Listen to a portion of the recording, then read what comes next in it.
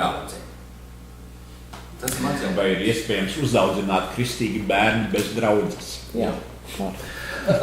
Es saku, ka ir daudz kristīgus bērnus. Virotu, lūdzu, viņa gāja. Virotu.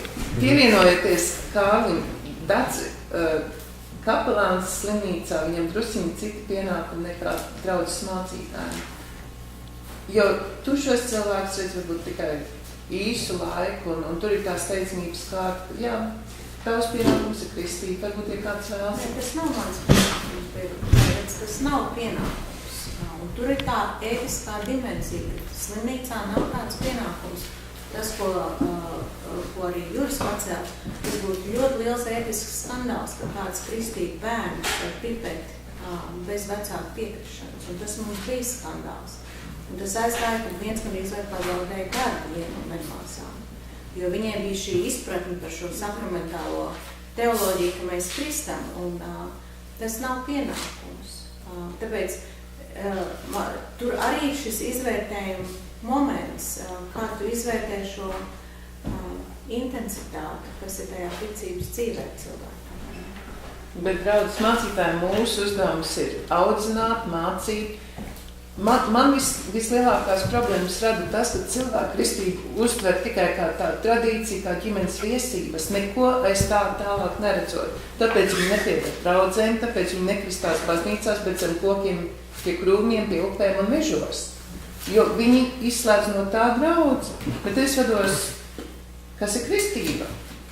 Kristība ir uzņemšana draudzē, dievkalpojuma laikā draudzes vidū. Un ja tu pasaki, man draudze nav vajadzīga, kāda tev nozīme ir kristībai? Kāpēc tu kristība nav? Kristus nozīmē draudzē kristīties. Manā izpratnē iesvētība ir cilvēka apzināta pateikšana, es gribu būt draudzē. Tā ir iesvētība. Ja? Kristība ir uzņemšana vienā lielākā baznīcā nekā draudze, ja? Kas ir baznīca lielo burti, ja tā drīkst sacīt. Vai lielāka draudze bez draudze? Bez draudzes. Kristībā bērnam nav nekāda izvēle. Tie vecāki izvēlās viņu kristīt vai ne, bērnam nav nekāda teikšana. Nu, tieši tā. Ja vecākiem tā ir tikai tradīcija un kārtījās ģimenes viesības, tad var sanākt kopā. Es domāju, ka vecākiem arī ticības apziņa, ka viņi grib kristīt to bērnu. 1%. Nē, bet ja kāds tomēr grib kristīt, tad tomēr kaut kur tā ideja ir radusies. Kaut kur ir tā ticības sakne. Jā, pareizi.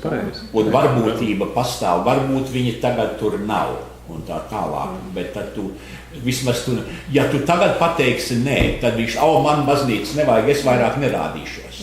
Tur ir tas audzināšanas moments. Man ir problēma tagad.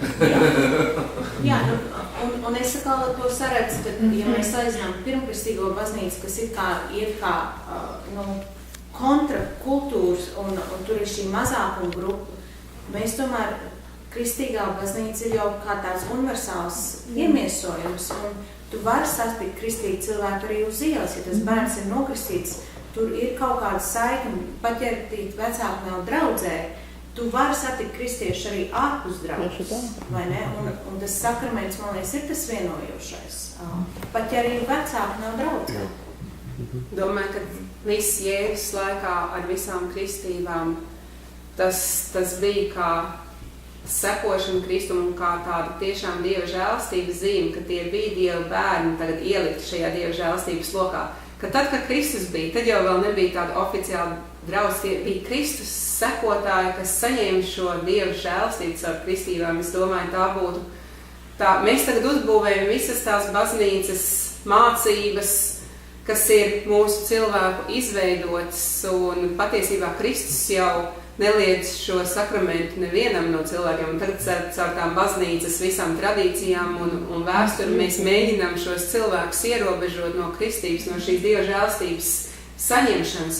Un es piekrītu Dacei un arī piekrītu Aivaram, ka ja kāds cilvēks tiešām nāk ar šo vēlmi kristīt savu bērnu, ka tas nav tikai tāda ģimenes tradīcija latviešu vidū, jo es tiešām no tiem vecākiem izjūtu to rūpi un vēlēšanos, ka tur ir kaut kas dziļāks apakšā, ka tur tiešām tas tā varbūt mistiskā vēl tā apziņa, ka viņi grib bērnam dot to tiešām Dieva žēlastību un pasargātību un to bērniņu nokristīt. ka tas nav tikai tāds rituāls, kur viņi tagad izdarīs un atnāks uz draudzi un to darīs tikai kristības pēc, jo ir cilvēki, kas līdz tam neaizdomājās un nenāk un savu mūžu nenāks. Es domāju, tie, kas atnāk un vēlās to, ka tas viņiem nav tikai tāds formāls